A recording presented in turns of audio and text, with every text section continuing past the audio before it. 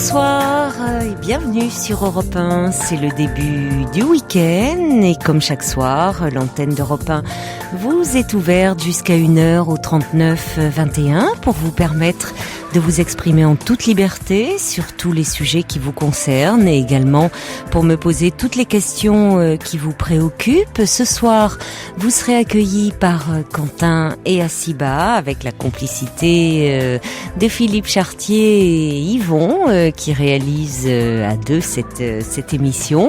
Et bien sûr, comme chaque soir, je vous invite à intervenir à tout moment au cours de l'émission par courriel sur le site europe1.fr ou par SMS au 7 21 21 code nuit. Alors n'oubliez pas, vous écrivez d'abord le mot nuit qui est le mot-clé, puis votre message et vous envoyez le tout au 7 21 21 pour nous faire part de tous vos commentaires, de toutes vos réflexions. 39 21, je vous attends. Europe 1, Caroline Dublanche. Bonsoir Patrick. Bonsoir. Caroline. Alors, vous voulez me parler un peu de votre situation actuelle ? C'est-à-dire que si on veut vraiment parler de la situation actuelle, il faut vraiment revenir un petit peu sur ce qui m'est arrivé depuis mon mariage. Et votre mariage a eu lieu quand ? En 81. En 80 ? En 81. En 81. Et 4 ans après, j'avais des jumelles. Oui. J'étais dans le commerce. Oui. Et tout allait très bien, tout se passait très bien. Oui. Disons que on gagnait honnêtement sa vie, mais disons le problème c'est qu'à partir d'un certain moment, Qu'est-ce que vous faisiez ? Du commerce de vêtements. Et jusqu'au jour où madame a décidé qu'elle voulait vivre un petit peu de la vie de luxe, du fait qu'on était dans le commerce. Mais le commerce c'est pas ça, faut faire attention à ses deniers. Faut pas dépenser plus qu'on ne gagne. Et oui, en général, c'est valable pour tout le monde. Voilà. Oui. Et là, moi j'ai commencé à réaliser qu'il y a quelque chose qui n'était pas clair. Je laissé couler un petit peu. Et après quelques années, on m'a dit, tu devrais quand même faire un petit peu la vis à ta femme parce que ça commence à aller mal. Et évidemment, ça commençait à aller mal. Et moi, je me tuais au travail en faisant les marchés parce que je disais ça pouvait pas continuer comme ça. Oui. Alors, je me suis tué au travail. Ma femme prenait des vacances, disons tous les ans. Et moi, pendant ce temps-là, je faisais les côtes en faisant les marchés. Vous ne partiez jamais en vacances ensemble ? Non. Si, mes enfants et ma femme partaient en vacances. Et moi, si vous voulez, je partais avec eux, mais au lieu de me reposer, je faisais les marchés sur les côtes. D'accord. Où il y avait du monde. Oui. Et disons que au bout d'un certain temps, on est épuisé, on ne tient plus et on craque. Et moi j'ai craqué. J'ai commencé à faire de la dépression parce que il arrive un moment où on ne supporte plus. Et ma femme a décidé d'un seul coup de dire maintenant au revoir et merci. Et je me suis retrouvé tout seul, divorcé, avec les 2 enfants qui ne voulaient pas aller vivre chez leur mère, qui habitait pourtant qui habitait à 80 km, qui ne voulait plus avoir de rapport avec la mère, avec ses enfants et avec son mari. Elle voulait vivre tout à fait à l'écart. Et moi, si vous voulez, ça m'est vraiment resté un petit peu en travers de la gorge et j'ai mis à peu près 10 ans pour m'en remettre. Oui, ça fait très long. Ça fait très long. Et ça fait, disons, 1 an où je me sens réellement mieux. Et il y a dû y avoir un déclic ou un médecin ou un psychiatre qui m'a aidé. Et je vois à peu près de quoi il s'agit. Mon médecin traitant ici en début d'année, ma mère et moi, on nous avait dit si vous continuez dans l'état où vous êtes, on vous met 15 jours en repos dans une maison.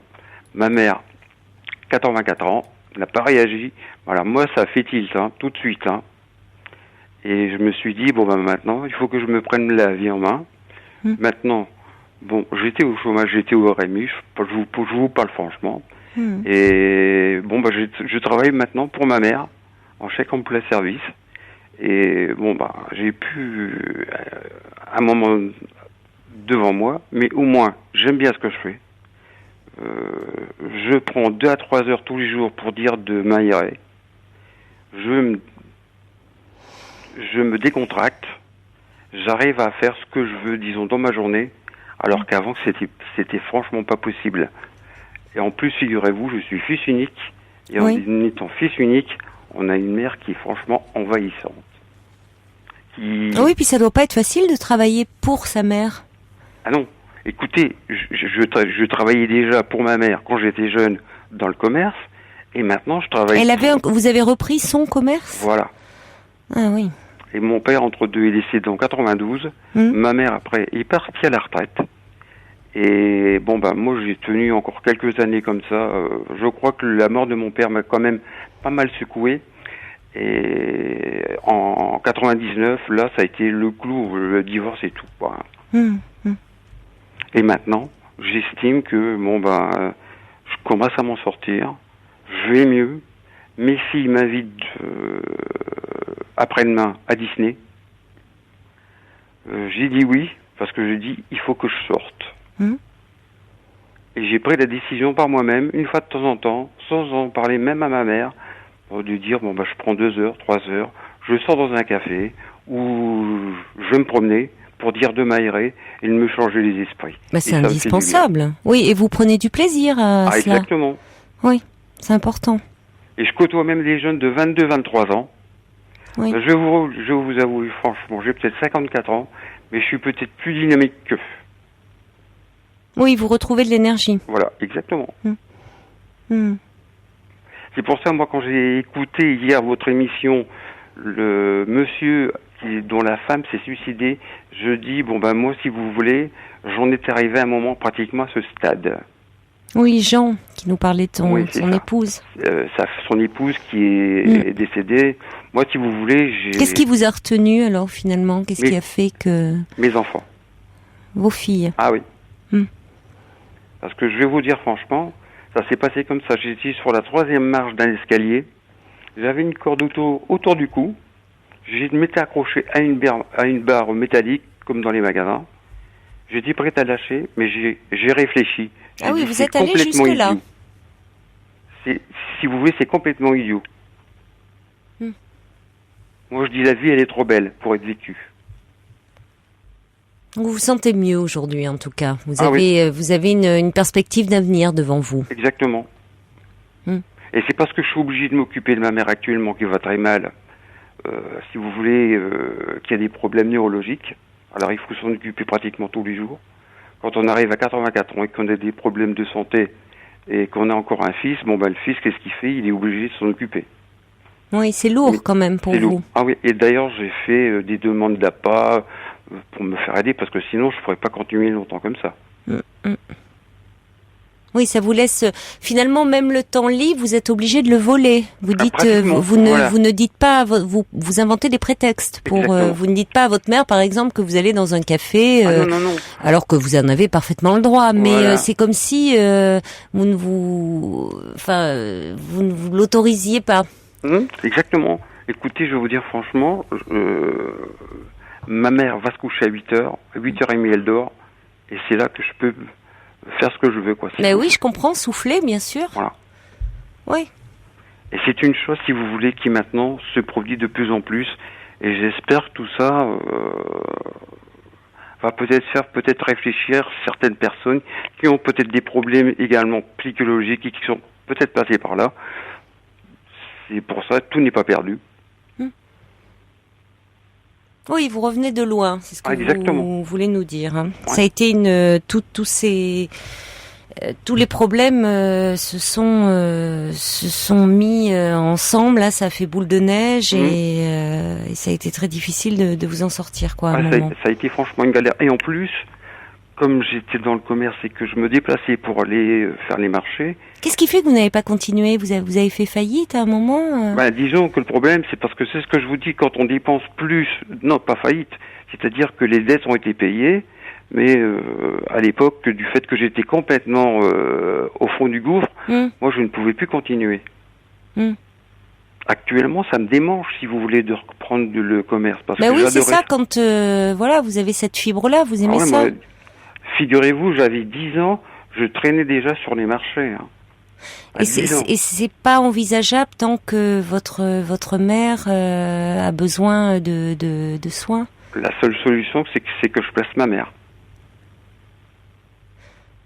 Oui, et Il y a ça que c'est comme ça que compliqué. j'arriverai à prendre un petit peu mon indépendance. Parce que sinon, sur le plan financier, pour vous, vous en êtes sorti. Enfin, tout ce qui était de l'ordre des dettes et tout ça, c'est fini. Ah, c'est terminé depuis belle lurette. Hein.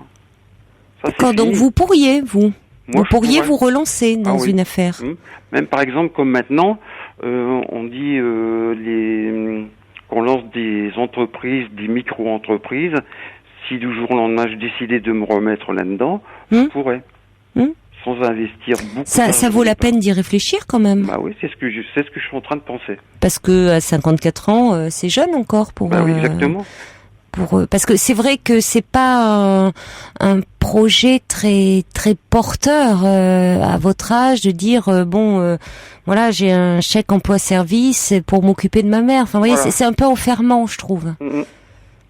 Alors en même temps, surtout que comme vous dites, elle est assez autoritaire avec vous, et c'est vrai que c'est forcément compliqué. Elle le serait certainement moins avec quelqu'un d'extérieur. Et pourtant, je me laisse pas faire maintenant. Avant, j'étais quelqu'un de beaucoup plus souple. Si vous voulez, je suis du signe du poisson. Je suis quelqu'un qui nage entre les deux eaux. Oui. Alors, Oui. je suis pas quelqu'un de... Vous laissez pas attraper comme ça. Non, voilà, exactement. Et oui, mais c'est plus compliqué quand il s'agit de votre mère. Il faut y aller en finesse. Mais elle a des troubles neurologiques importants?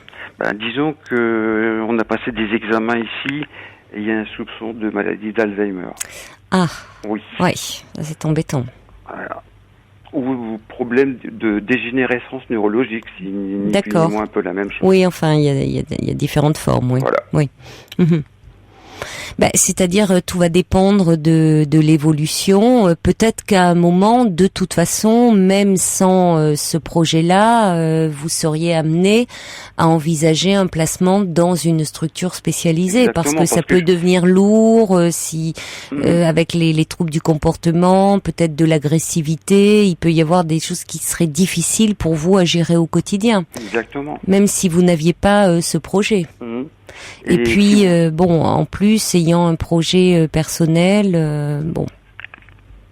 Et en plus, mes filles m'y poussent, de toute façon, à refaire quelque chose. Oui, mais ça serait stimulant pour vous. Ah oui, bien sûr, parce que là, c'est vrai que vous êtes encore jeune pour avoir comme seul objectif de vous occuper de votre mère à temps plein. Ah oui, écoutez, moi, ça a été un moment. C'est un peu frustrant pour moi. Je comprends. Bien sûr, je comprends, malgré toute l'affection, tout l'amour que vous avez pour votre mère, mais c'est quand même un peu lourd, voire beaucoup même.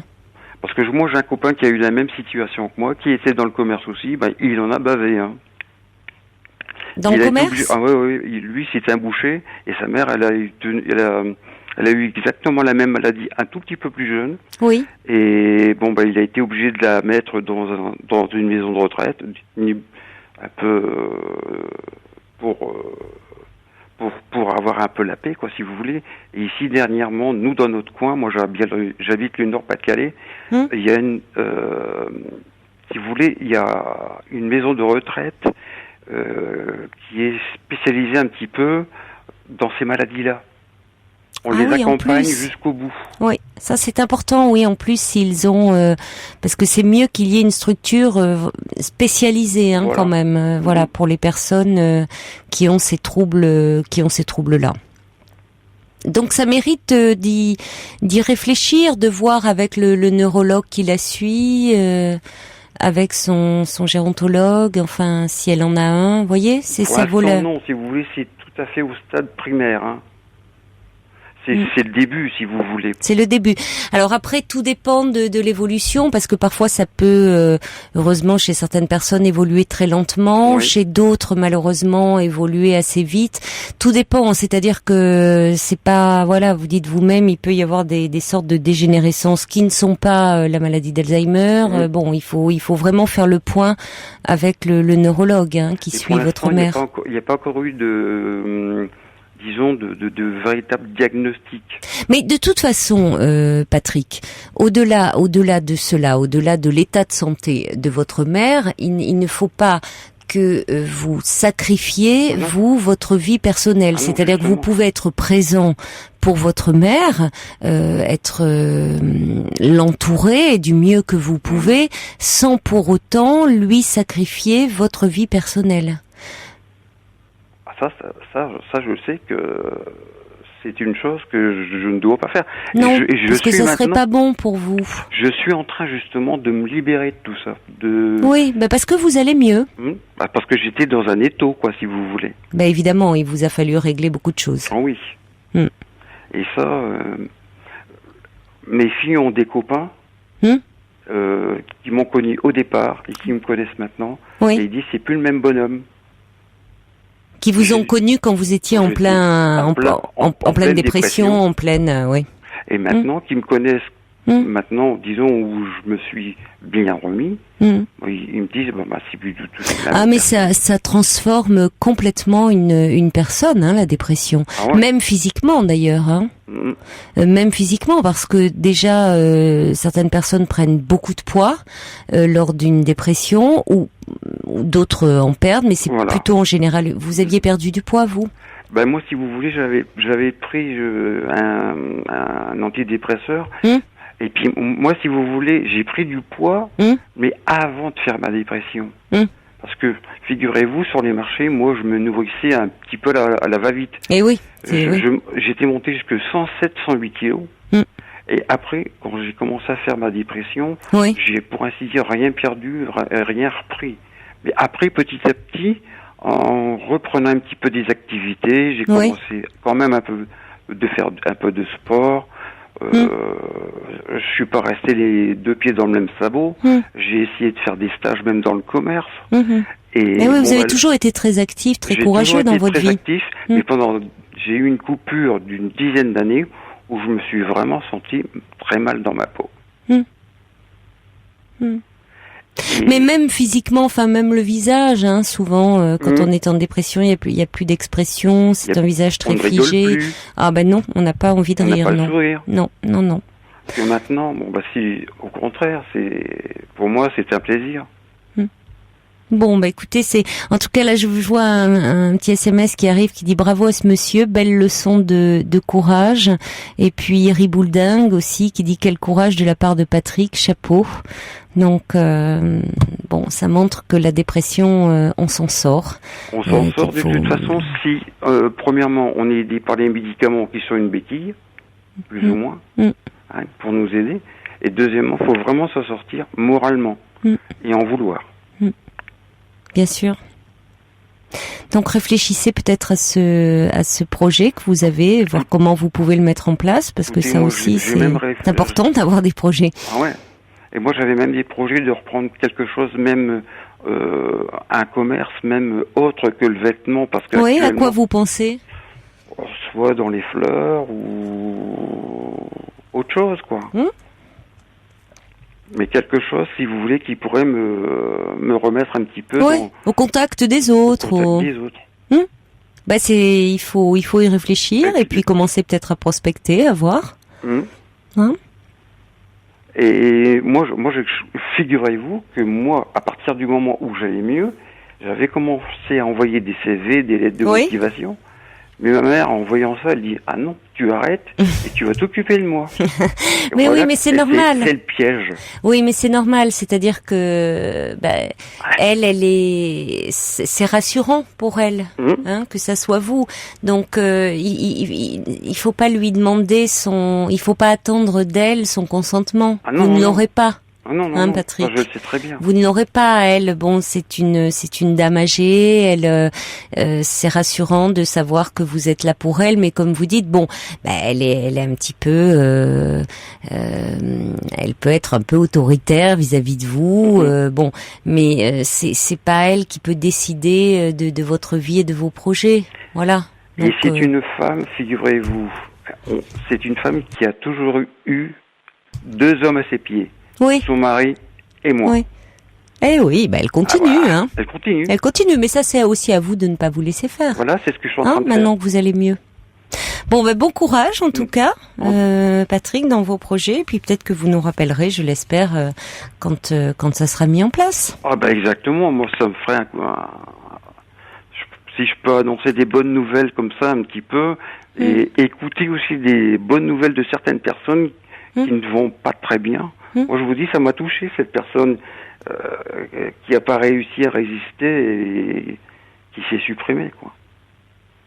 Oui. Parce que moi, je suis vraiment passé pas loin. Oui. Mais heureusement, vous êtes là aujourd'hui. Voilà. Au revoir, Patrick. Au revoir. Au revoir. Caroline. Pour rejoindre Caroline Dublanche, appelez le 39 21, 34 centimes la minute. Gérald de Palmas, dans une larme, des réactions qui arrivent au 7 21 21 code de nuit pour Patrick. Bambi qui dit: je suis actuellement en dépression et ce courageux monsieur me redonne espoir. Alors bravo et merci à lui. Et puis également un autre message qui dit: je trouve ça super que malgré toutes vos épreuves vous vous boostiez, car il est vrai que l'instinct de survie est important et c'est aussi comme ça que vous y arriverez. Un message qui dit également: pour mon mari, on avait diagnostiqué une maladie dégénérative neurologique dès 2003. Elle évolue par paliers. Je sais à quel point c'est dur, donc vraiment félicitations à ce monsieur. Tania, elle dit: Patrick, avez-vous évoqué un placement avec votre mère? C'est une question. Sans qu'elle approuve le projet, espérons qu'elle ne vous fasse pas craquer et surtout qu'elle ne vous culpabilise pas trop. C'est pourtant certainement ce qui risque de se passer, vu ce que nous décrivait Patrick dans sa relation, puisque même lorsqu'il sort s'aérer un petit peu, finalement, il le cache à sa mère. On va accueillir maintenant Olivier. Bonsoir. Bonsoir Caroline. Bonsoir Olivier. Comment allez-vous? Ça va bien, je vous remercie. Et vous? Je suis un peu dans la panade, moi.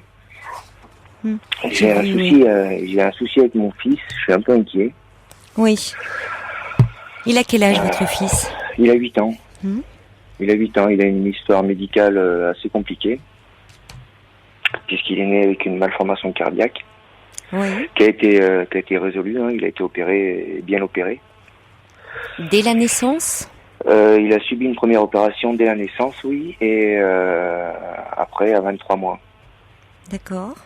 Et le temps après le congé de maternité de sa mère, c'est moi qui me suis arrêté de travailler pour m'en occuper pendant 16 mois.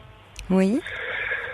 Donc on a des liens assez costauds tous les deux. Oui. Mais le couple n'a pas tenu. Donc on s'est séparés en 2004. Vous pensez que ça a joué il y a une relation de cause à effet selon vous? Justement, la pathologie de votre fils. Sa mère a fait une grosse dépression à la naissance du petit. Mais non, c'est pas que ça. Non, bien sûr que non, c'est pas que ça.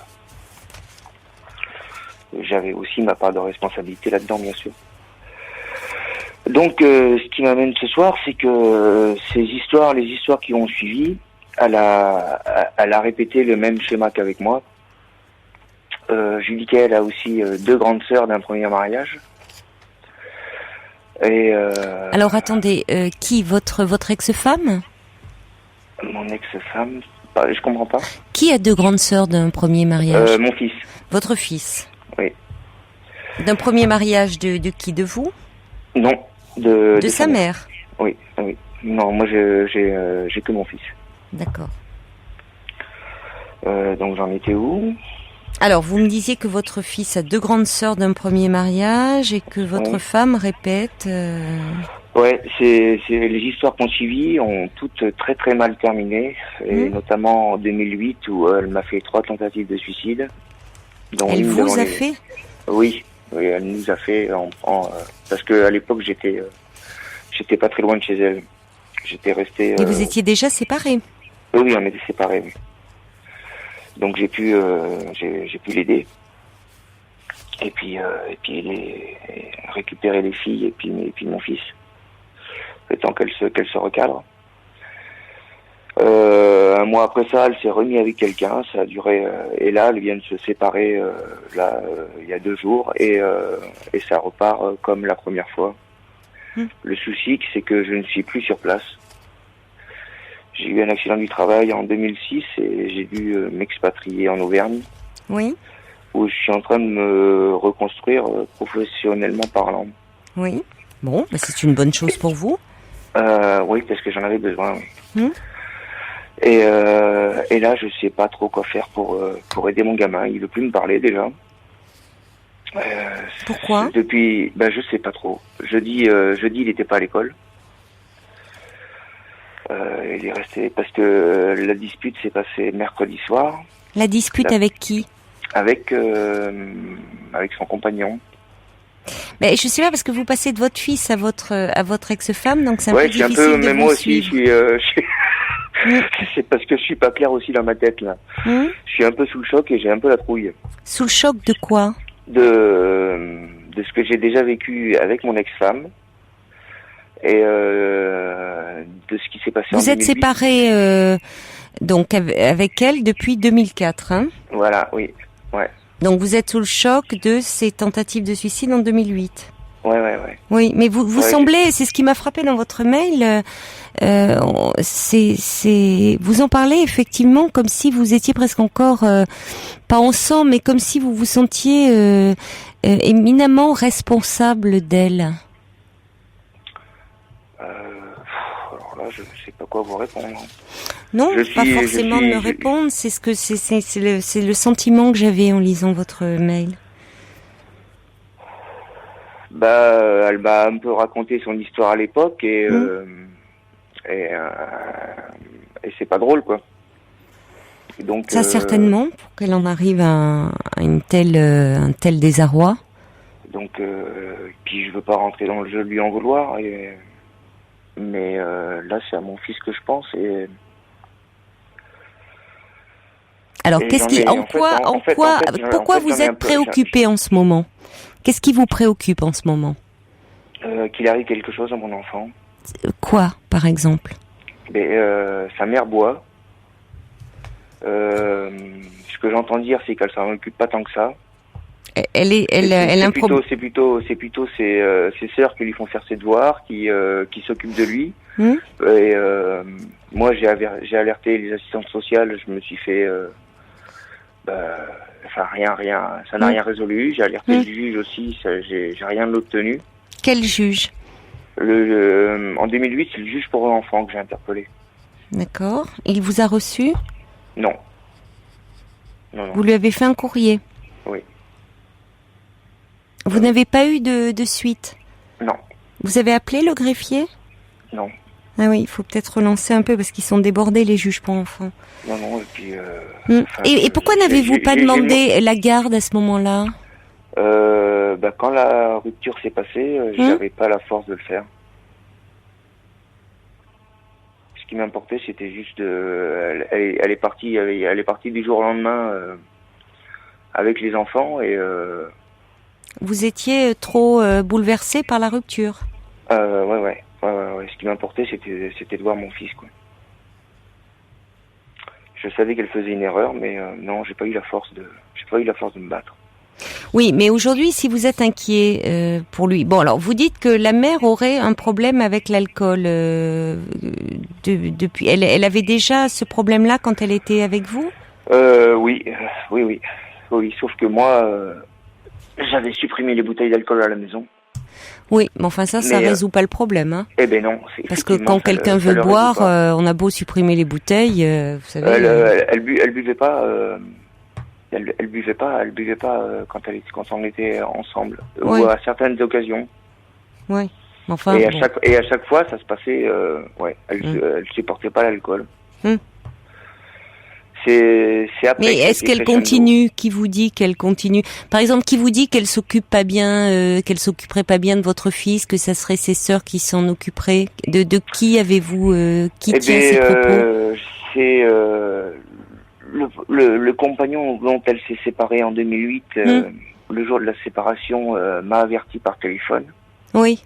Et Et il m'a dit, oui, il m'a dit, oui, c'est,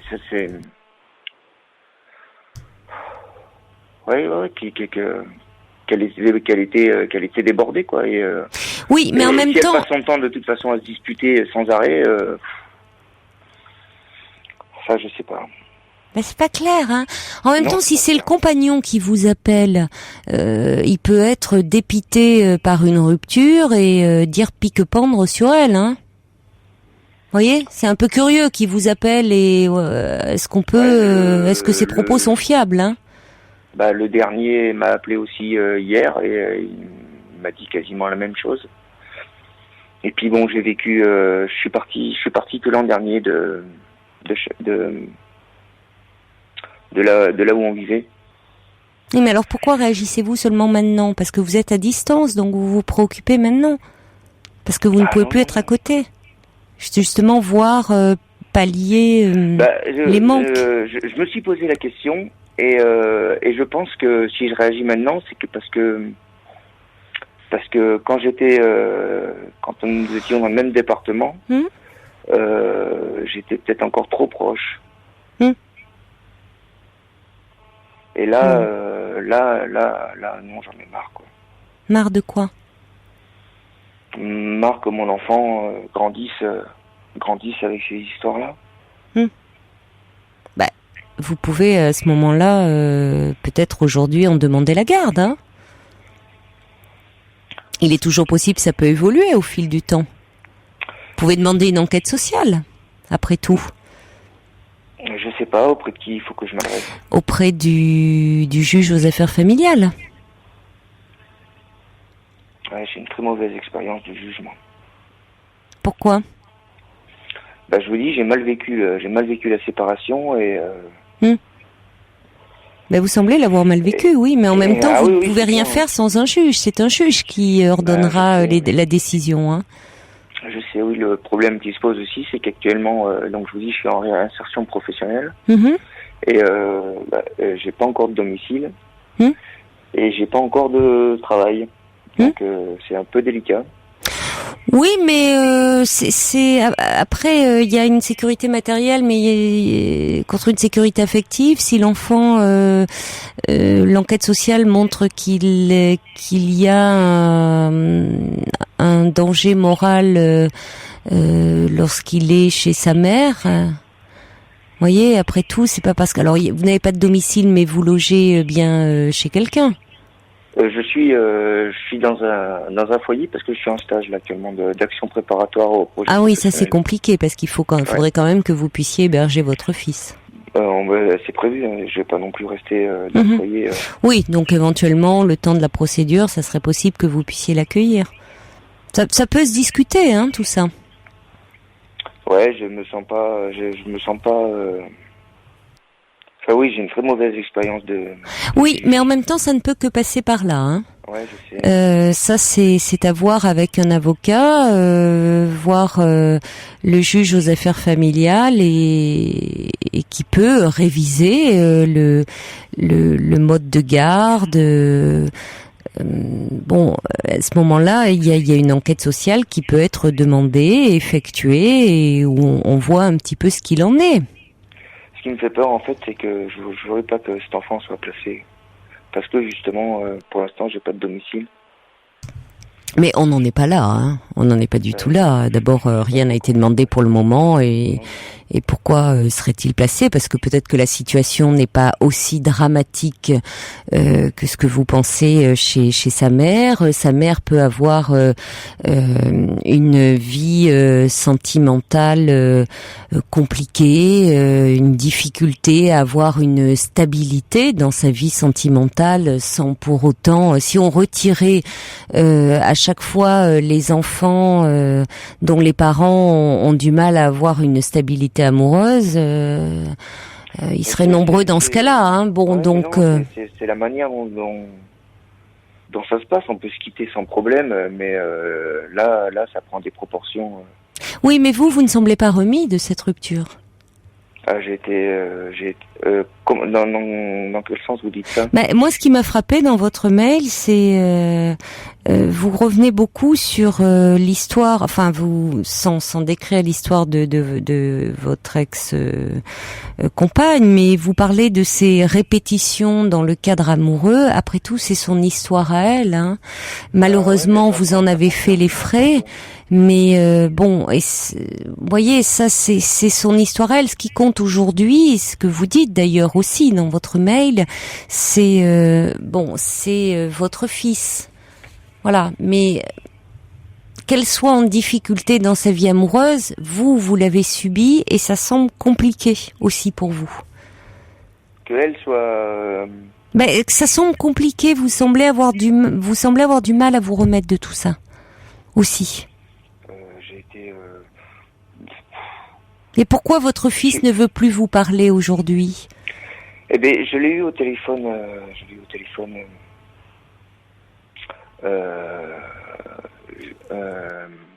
Jeudi soir, et il m'a annoncé avec un grand sourire que il avait foutu donc le compagnon de mon ex-femme dehors. C'est les mots qu'il a employés. Et donc, je l'ai remis à sa place. Je lui ai dit que c'était pas bien ce qu'il avait dit. Que c'était pas des choses... que ça le regardait pas, quoi. Et depuis, il veut plus me parler. Bon, alors si c'est que ça, ça va.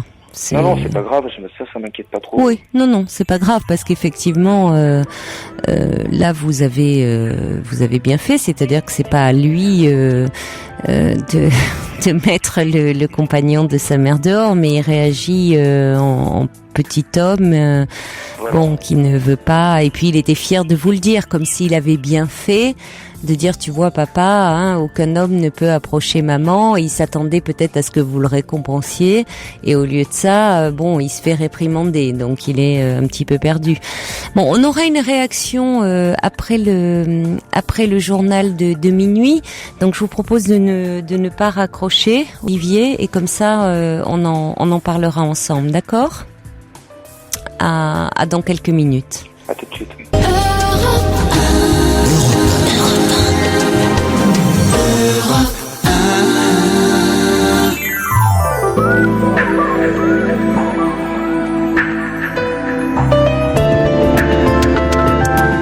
Oui. Vous avez la parole sur Europe 1 encore jusqu'à 1h. Vous pouvez appeler le 39 21 pour nous parler de vous en toute liberté. Et bien sûr, vous pouvez également nous envoyer des messages sur le site europe1.fr ou par SMS au 7 21 21. Code nuit.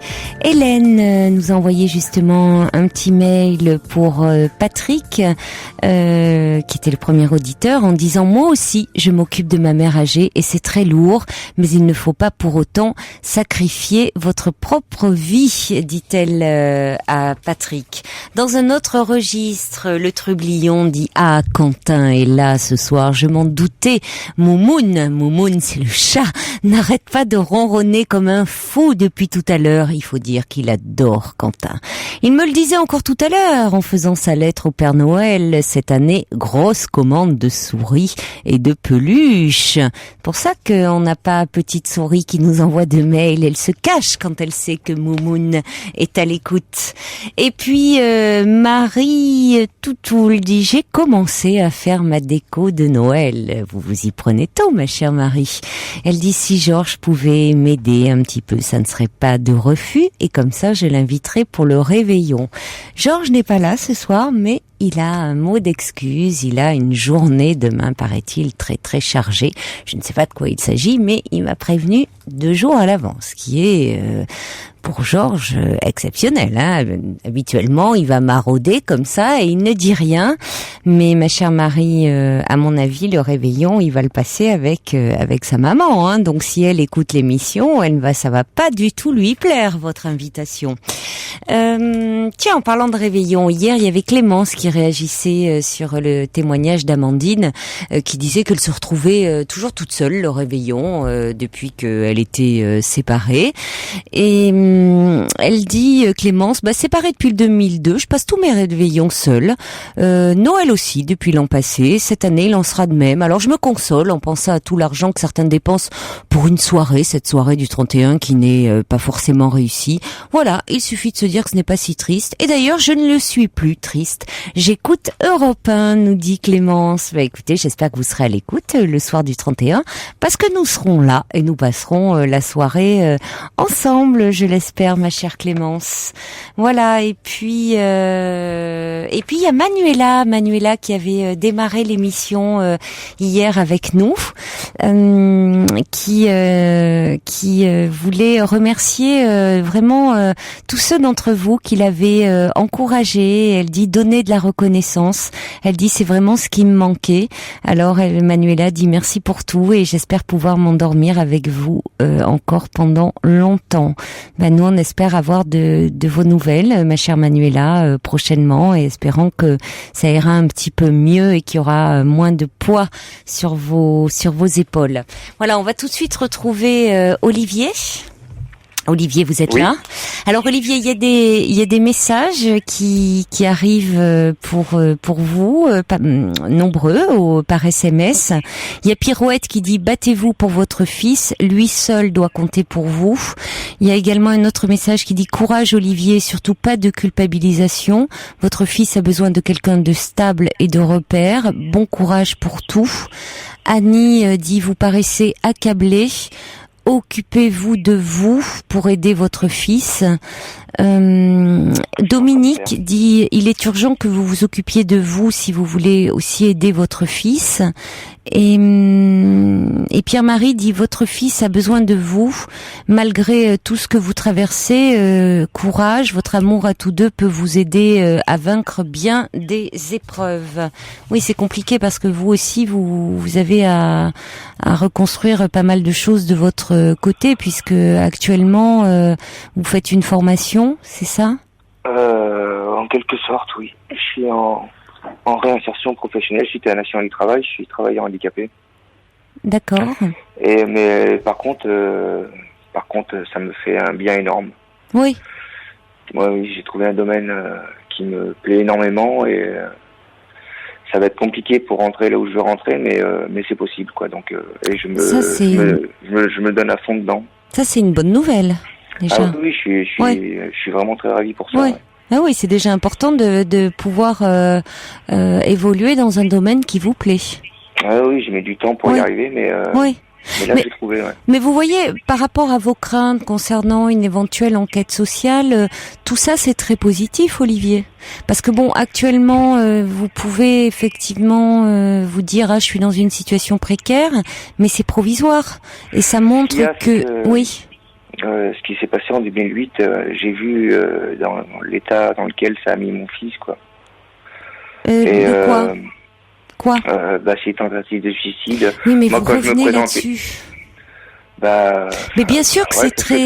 Ça me fout la trouille, quoi. Mais ça veut pas dire qu'elle va refaire des tentatives de suicide, votre ex-compagne. Non, effectivement, vous avez raison. C'est vous qui êtes resté... Je comprends, lui, il a été témoin de cela, votre fils? Oui, il a été témoin, oui. Oui, alors ça, elle avait absorbé des comprimés? Non, les veines. Ouais, mais ça va pas. Ouais, là, il a pu à un moment voir quelqu'un pour en parler, un pédopsychiatre? Eh bien, j'ai insisté pour le faire et si j'ai pas l'accord de la mère, c'est pas possible et elle a jamais voulu. Oui, mais enfin là, je suis désolée.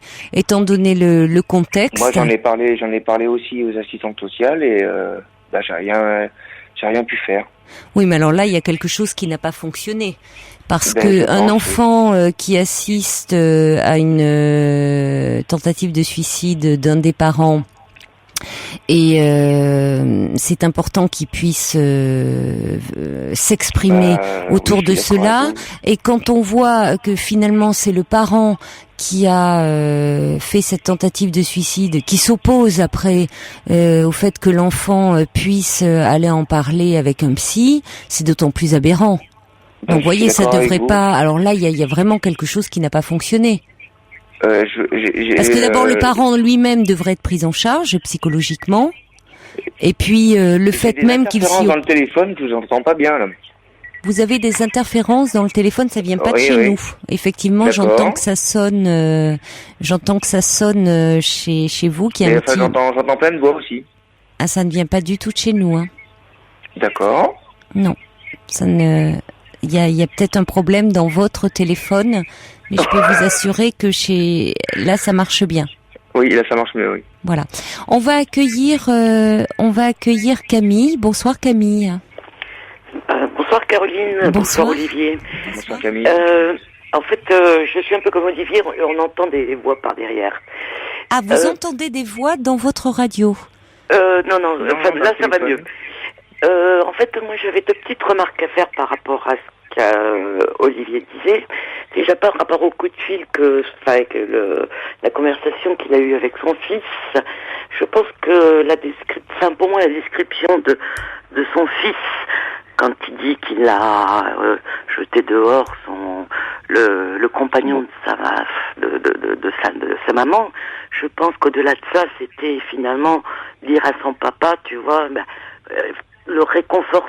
Il s'entend que son papa a été très malheureux de cette séparation. Je pense qu'il y avait un message un peu d'amour qui est passé à travers cette façon un petit peu maladroite que l'enfant a eu de dire j'ai viré cet homme. C'était aussi lui dire en tout cas pour moi c'était ça.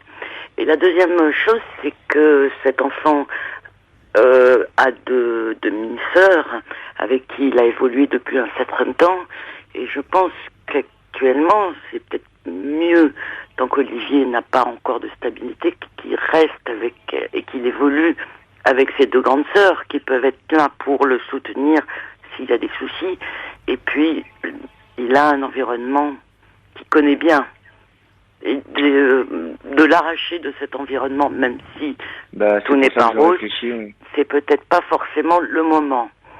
Et puis, j'ai dit deux remarques et j'en fais quand même une troisième.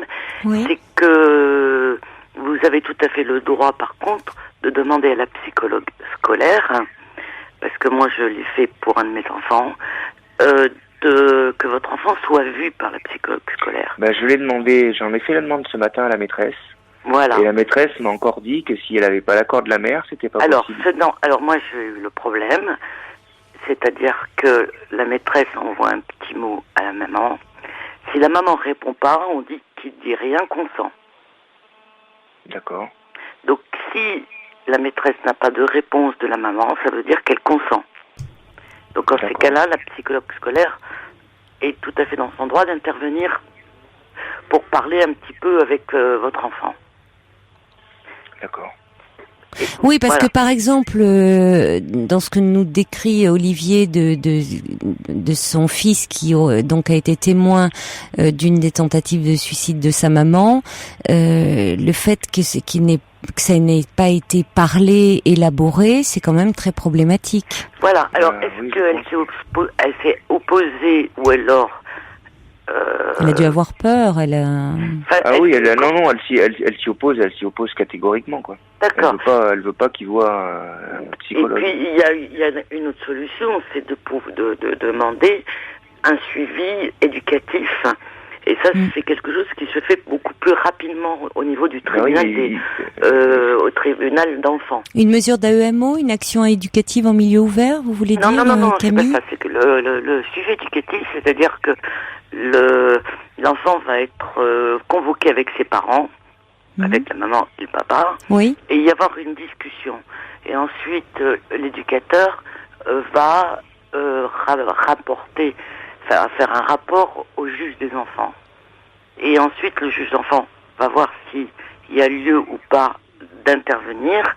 Et en ces cas-là, c'est lui qui va juger, qui va en fait donner les règles du jeu entre le père et la mère pour l'enfant. Et le fait de passer par le suivi éducatif, ça peut très bien être l'éducateur qui régulièrement va se présenter donc pour voir comment votre fils évolue dans son milieu. Ça lui avait déjà été proposé aussi. Et, excusez-moi, je pas par un juge, mais elle avait refusé. Mais là, elle a pas. C'est pas un problème. Là, par contre, ça, elle peut pas refuser. Vous pouvez vous écrivez directement au tribunal d'enfants et vous demandez vous expliquez bien la situation et vous demandez un suivi éducatif. Donc là, automatiquement, pratiquement, ça prend 1 mois. Et vous allez avoir une convocation d'un éducateur qui va faire le bilan de la situation.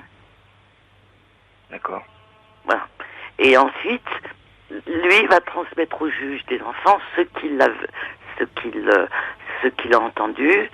Et le mieux, c'est finalement d'avoir après un éducateur qui régulièrement est en contact avec l'enfant, puisque c'est pour l'enfant qu'on agit et pas pour la maman, et qui va voir comment les choses vont évoluer. Ouais. C'est très clair. C'est clair pour vous, Olivier, là? Ouais, c'est la machine judiciaire. Ah oui, mais forcément, hein, Olivier, rien ne se fera sans rien. Hein. Et je vous assure que c'est quelque chose qui se fait. Moi, j'ai été étonnée très rapidement et qui peut garantir quand même pour votre fils d'avoir quand même une tierce personne qui régulièrement. Ça peut être pas mal, oui. Va prendre de ses nouvelles et voir comment les choses se passent à l'école, à la maison, etc. Voilà. Ce que vous ne pouvez plus faire, vous, puisque vous êtes à distance. Oui, à l'école, la maîtresse se plaint pas pour le moment. Bon, tant mieux. Il travaille pas trop mal. Voilà. Et vous le voyez à quel rythme, demande Brigitte?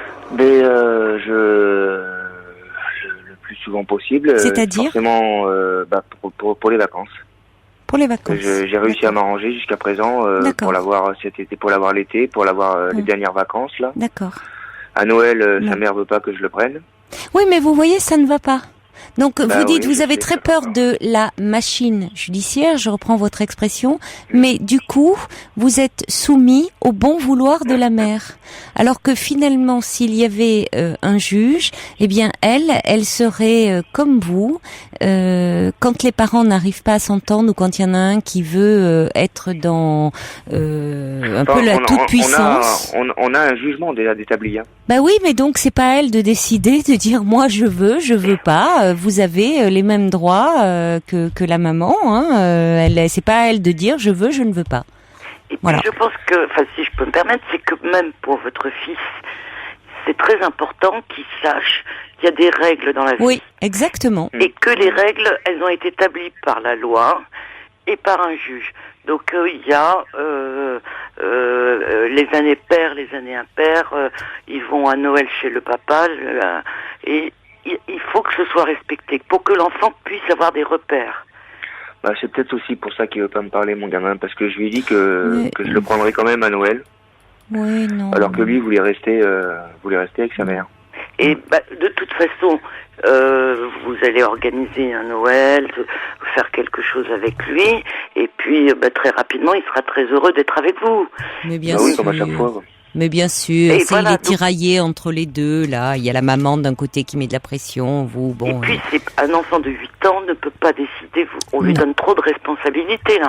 Vous avez tout à fait raison, Camille. Il ne peut pas décider, il vous aime tous les deux, donc il ne peut pas dire, c'est comme s'il choisissait papa contre maman ou maman contre papa. Voilà. Donc c'est pas à lui de choisir. Je crois qu'il faut que lui, il va lui faire, dire que c'est comme ça et que... Oui, voilà. Merci pour vos conseils, Camille. Vous êtes toujours très clair. Vos interventions sont toujours, c'est vraiment toujours très clair, très pertinent dans ce. Écoutez, en tout cas, je vous remercie bien. Et puis, je suis très heureuse que vous, le vendredi, maintenant vous éveillez. Écoutez, merci. Vous soyez là parce que c'est vrai que les autres jours, hélas, je ne peux pas vous écouter. Ah bon, j'avais pas fait attention que vous étiez là seulement le vendredi. C'est-à-dire, oui, les autres jours, finalement, comme je me lève très tôt, je suis obligée de... Eh ben oui, vous pouvez pas tout faire, évidemment. Voilà. Bon, écoutez, alors, c'est un plaisir, donc je vous dis à d'autres vendredis, ma chère Camille.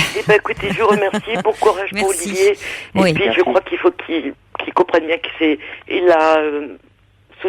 est maître du jeu aussi. Oui. Et que son fils, faut pas lui donner trop de responsabilités. Non, c'est ça. Voilà. Vous avez tout à fait raison. Merci Camille. Au revoir. Une bonne soirée, au revoir. Au revoir.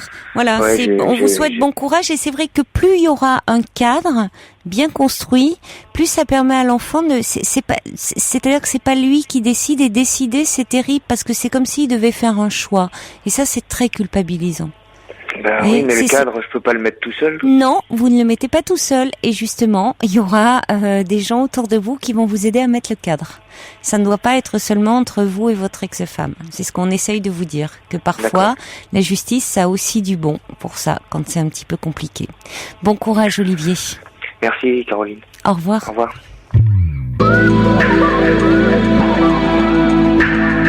Toutes vos confidences à Caroline Dublanche au 39 21. 34 centimes la minute. Ah, Supertramp, Goodbye Stranger, toute une époque. Pantalon pas de def, les cheveux longs et tout. Eh oui, c'était les booms de ma jeunesse. Hein. Eh oui. Allez, y a un message qui arrive au 7 21 21 code de nuit pour Olivier. C'est Michel, il est avocat. Il dit dans le cas d'espèce, Camille donne le seul conseil adéquat. Le juge des enfants est d'abord là pour protéger les enfants. Et puis un autre. Oui, je voulais faire un petit clin d'œil amical à Amina qui vient d'envoyer un mail et qui écoute l'émission de Casablanca et qui faisait de grosses bises à tous les auditeurs d'Europe. Voilà, et puis mais un petit message de BE, décidément, qu'est-ce qu'on en parle de cette main de Thierry Henry qui dit quand Domenech perd un match, il demande la main d'Estelle Denis et quand il veut gagner, il demande la main de Thierry Henry. Pas mal. Allez, on accueille maintenant Didier. Bonsoir. Bonsoir Didier. Allô ? Oui, bonsoir. Bonsoir Caroline. Bonsoir Didier. Ça fait plaisir de vous entendre. Mais moi Ça fait aussi. des mois et des mois que je vous écoute. Merci. Voilà. Moi, j'ai divorcé il y a 4 mois. 4 mois, oui. Oui, il y a 4 mois, oui. Je croyais que c'était 4 ans. Alors ils ont mal noté sur la petite fiche. J'avais 4 ans moi. Non, oui, c'est 4 ans. Excusez-moi, oui, c'est 4 ans. Oui. Ah, ben c'est pas pareil non, c'est ça. 4 ans, je m'excuse, ouais, c'est 4 ans. Ah oui. Non, là, je suis tellement... Vous êtes un peu ému. Ouais, ému, ouais. Oui. Non, ça fait 4 ans. Voilà, j'ai une fille de 18 ans, qui a eu 18 ans au mois de février de cette année. Une fille de 16 ans au mois de janvier. Oui. Et ma fille, mon aînée, m'a appelé avant-hier pour me dire que sa maman allait se remarier. Oui, votre ex-femme donc. Mon ex-femme allait se remarier. Et nous, pendant 3 ans, on a été... on se voyait régulièrement. Moi, je venais chercher des filles pour les vacances. Tout se passait très, très, très bien. Oui. Et là, ma fille m'a annoncé ça et j'ai du mal à encaisser, quoi. C'est difficile. Et mes filles, pareil. Mmh. Mes filles, c'est pareil au niveau de leur futur beau-père. Oui. Elles sont pas trop... Elles le connaissaient déjà? Elles l'ont rencontré? Ah oui, elles le connaissent depuis... attendez, là, oui, ça fait 6 mois qu'elles le connaissent. Ah oui, c'est récent. Oui. Mais ça passe pas trop, le contact, mais ne se fait pas trop bien, quoi. Et moi, je sais pas comment réagir au niveau de mes filles et puis du remariage de mon ex-femme, quoi. Oui. Déjà, c'est. Vous dites que vous avez du mal à encaisser. Moi, j'ai du mal à encaisser. C'est compliqué déjà pour vous. Oui, parce que moi, je suis toujours, j'ai toujours des sentiments, quoi. Eh oui. Oui, donc c'est d'autant plus compliqué. Voilà. Et mes filles, c'est pareil, quoi. Elles sont au niveau de ce que la vie que va se refaire leur mère. Elles sont pas trop pour, quoi.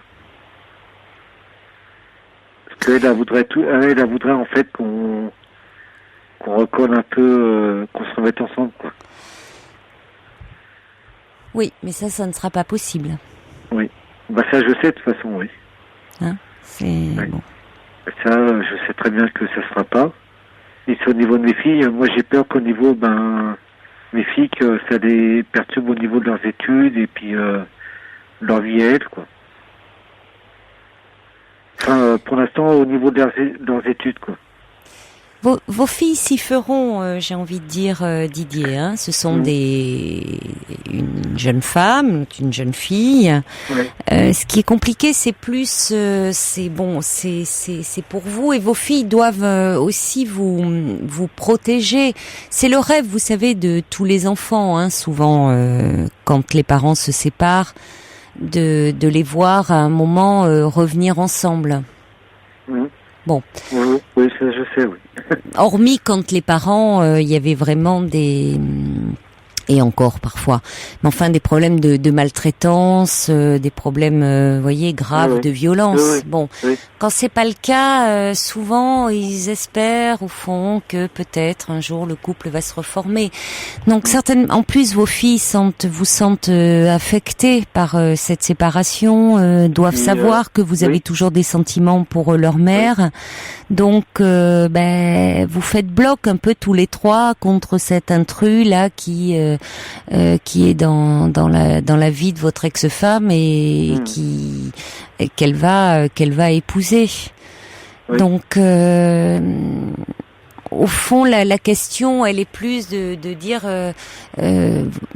finalement chacun, vos filles elles auront à faire avec cette nouvelle situation. Elles peuvent pas. Qu'est-ce que vous voulez, vos filles à un moment elles vont faire leur vie aussi, hein, Didier. Oui. Hein, je sais, oui. Ce sont toutes deux. Je vous dis, il y en a une à 18. Vous le dites, 18 et 16 ans. Elles vont à un moment, si ce n'est déjà le cas, avoir un petit ami. Un jour, certainement se marier elles-mêmes ou vivre en couple, faire des enfants. Et puis, vous avez votre vie à mener, vous et leur mère. Elles seront pas tout le temps avec vous. Oui, donc et vous mêlerez pas de leur vie amoureuse, donc elles n'ont pas à se mêler de la vôtre. Bon, et à décider de qui doit être le compagnon de leur mère ou votre compagne un jour à vous, si vous rencontrez une autre femme dont vous tombez amoureux. Oui. La difficulté, elle est pour vous, Didier, parce que c'est toujours compliqué quand on a aimé quelqu'un et en plus quelqu'un pour qui vous avez encore des sentiments, de voir cette personne avec quelqu'un d'autre. C'est ça, c'est-à-dire que moi personnellement, je sais que personnellement j'arriverai à m'en remettre, quoi.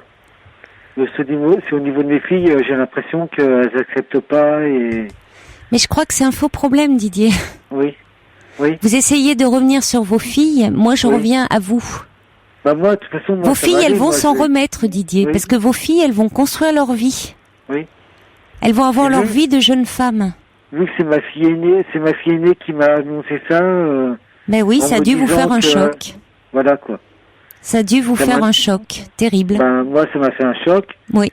Puis moi, la façon qu'elle me l'a annoncé et les mots qu'elle a employés pour me le dire, j'ai l'impression que ma fille aînée puis mes deux filles n'acceptent pas ce remariage. Oui, mais on peut parler de vos filles, mais vos filles, elles sont pas là. Et moi, ce que j'entends aussi, Didier, c'est que vous ne l'acceptez pas non plus. Pour l'instant, non, j'accepte pas, non. Eh ben voilà. Alors tant que vous ne l'accepterez pas, et c'est comme ça, et je l'entends, elles vont faire bloc avec vous, elles vont faire alliance avec vous. Oui. Elles pourront pas vous dire finalement peut-être que cet homme, il est pas si désagréable que ça, parce qu'elles vont pas vouloir vous blesser, Didier. Oui. Elles vous aiment. moi j'ai toujours tout fait pour eux et puis mon ex-femme n'a pas accepté la situation qu'elle a acceptée au départ, quoi. Pourquoi? Qu'est-ce qui fait? Il y a Brigitte qui dit, est-ce qu'on peut savoir comment s'est passée votre séparation? Au départ, moi, j'étais engagé militaire. Oui. Et j'étais dans un régiment où je partais régulièrement à l'étranger. Oui. Mon ex-femme l'acceptait, puis elle a fini par ne plus accepter, quoi. Oui, voilà. Parce que elle était souvent seule. Voilà. Eh oui. Oui. Je partais régulièrement en Outre-mer, et puis ces dernières années, j'ai été en Yougoslavie, Afghanistan, j'ai fait pas mal de déplacements, et elle a fini... Et elle ne pouvait pas vous suivre? Non. D'accord. Parce que c'était des déplacements inter-régiments, et... D'accord. Voilà. Oui, donc au bout d'un moment, elle a fini cette vie-là ne lui convenait plus. Oui. Elle a fini par s'enlacer, puis oui. Voilà, quoi. Eh oui. Voilà. Oui, donc évidemment, elle a comblé cette solitude ailleurs. Oui. Voilà. Voilà. Et vous êtes resté malheureux de cette situation. Voilà. Alors que il me reste encore 2 ans à faire, et elle le savait très bien dès le départ, et oui. Voilà. Elle a fini par s'enlacer, quoi. Cette situation-là. Et bon, moi, je la comprends très bien. Moi, c'est pas au niveau de la maman que j'en veux, mais ce qui m'embête, c'est ce que m'ont dit mes filles au téléphone, quoi. Qu'elles n'acceptent pas le remariage de leur maman, et puis voilà. C'est ça. Et qu'est-ce que vous leur avez répondu? Moi, je leur ai dit que j'y pouvais rien, puis que c'était la vie, que c'était comme ça. Mais elles vous sentent malheureux. Ah oui, elles le savent, oui. Donc c'est une façon de vous soutenir, de dire, tu vois, papa, on t'aime, et donc on n'acceptera jamais cet homme-là. Ah oui. C'est ce qu'elles m'ont fait comprendre. Oui, mais c'est pas une bonne chose, Didier. Parce que ça veut dire que finalement, elles se croient obligées de porter un jugement sur la vie amoureuse de leur mère. Oui. Qu'elles aiment aussi. Elles vous aiment, elles aiment leur mère. Mais comme elles vous sentent malheureux, elles se disent, il faut qu'on soutienne papa. Et donc, il faut qu'on dise, on n'en veut pas de cet homme-là. C'est toi qu'on aime. Mais bien sûr, vous restez toujours leur père. Cet homme-là ne prend pas votre place. En tant que père. Ça, c'est très bien, ça, oui. Voyez, c'est pas la même chose. Oui.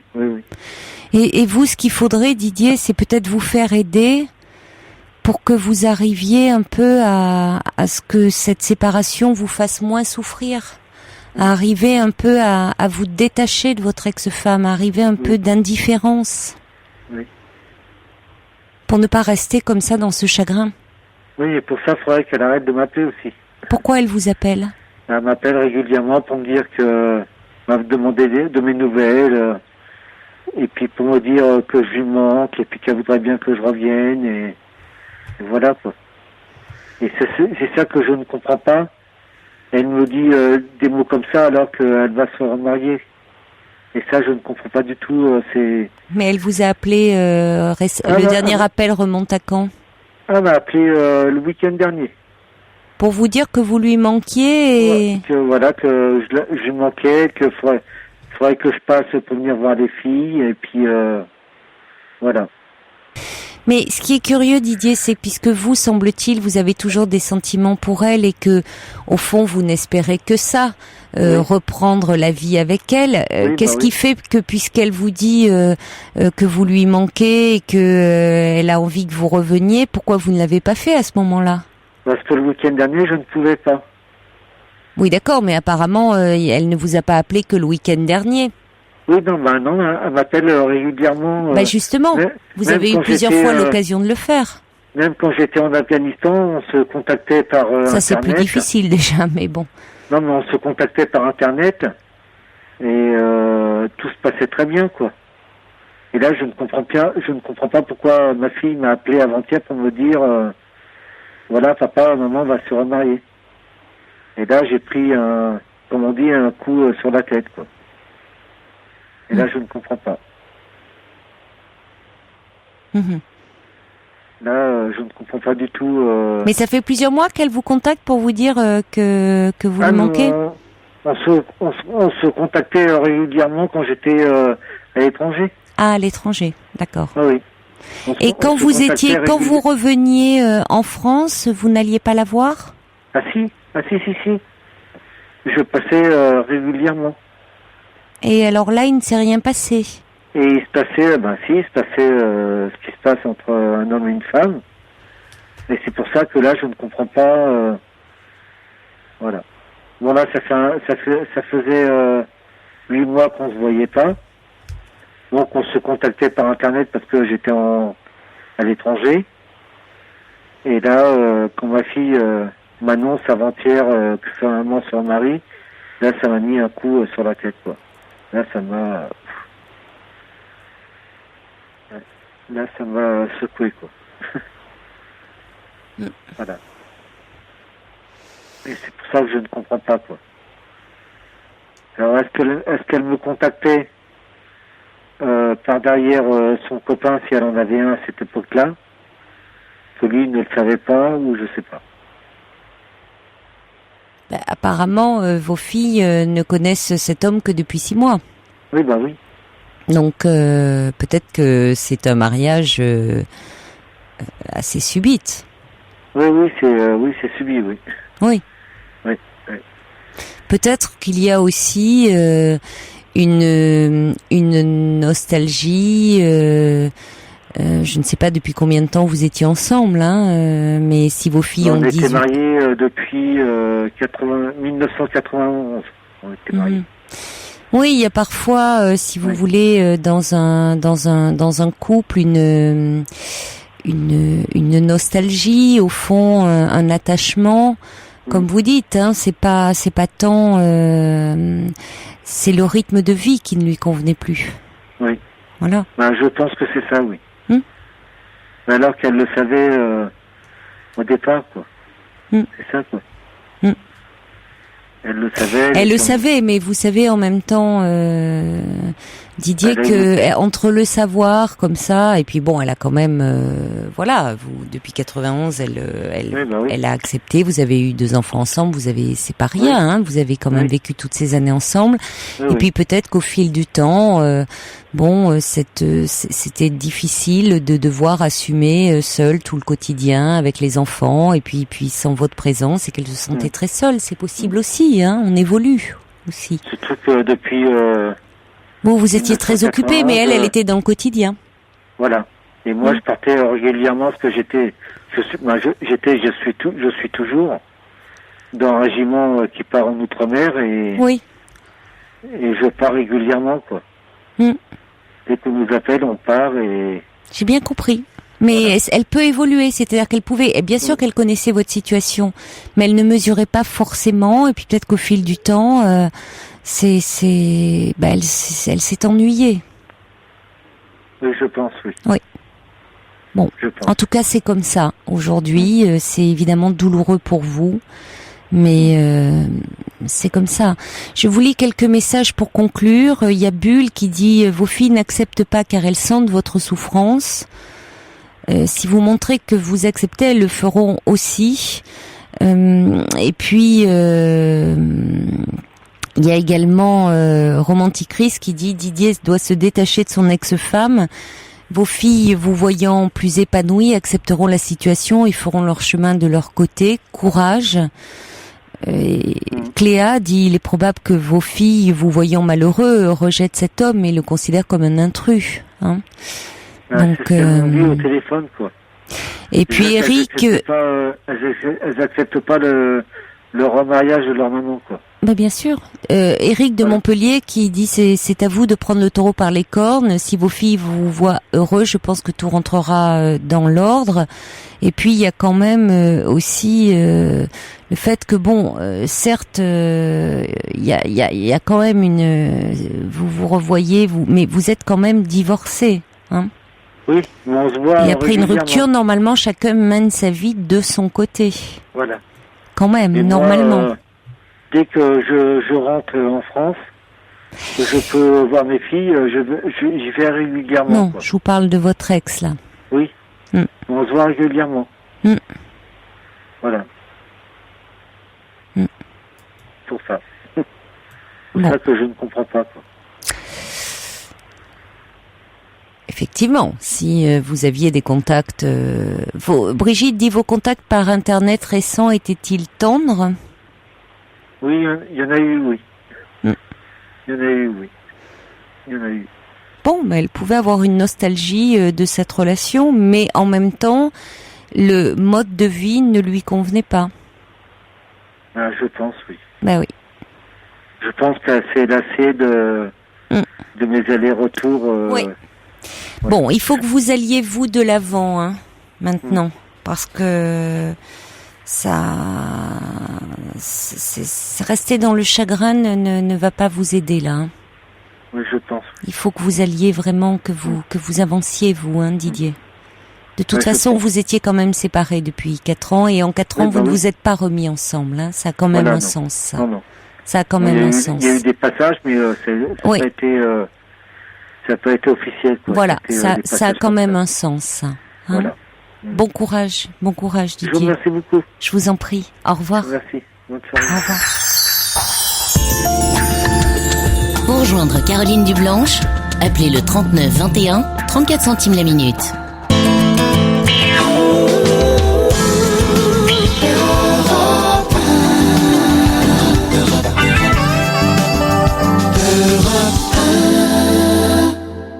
Bonsoir Anne. Oui. Bonsoir. Je vous entends pas très bien. Écoutez, on va essayer de lever un petit peu le son pour que vous nous entendiez mieux. Bonsoir. Bonsoir. Vous nous entendez mieux là ? Oh oui. Bon, ça va alors. Oui. Alors, je voulais vous dire que j'ai eu donc le plaisir, j'ai donné mon numéro donc je sais pas le prénom à ceux qui travaillent avec vous. Quentin et voilà, Quentin, oui. C'est cela. Et donc j'ai donné mon numéro et j'ai dit qu'il pouvait le donner à Patrick. Patrick, oui, qui était le premier intervenant ce soir. Voilà. Et je l'ai eu entre-temps donc au téléphone. Vous vouliez revenir sur son témoignage, hein, parce que vous êtes retrouvée dans son histoire. Oh là là. Oui. Et quand on a discuté là un peu au téléphone, c'était encore pire, ça se ressemblait encore plus.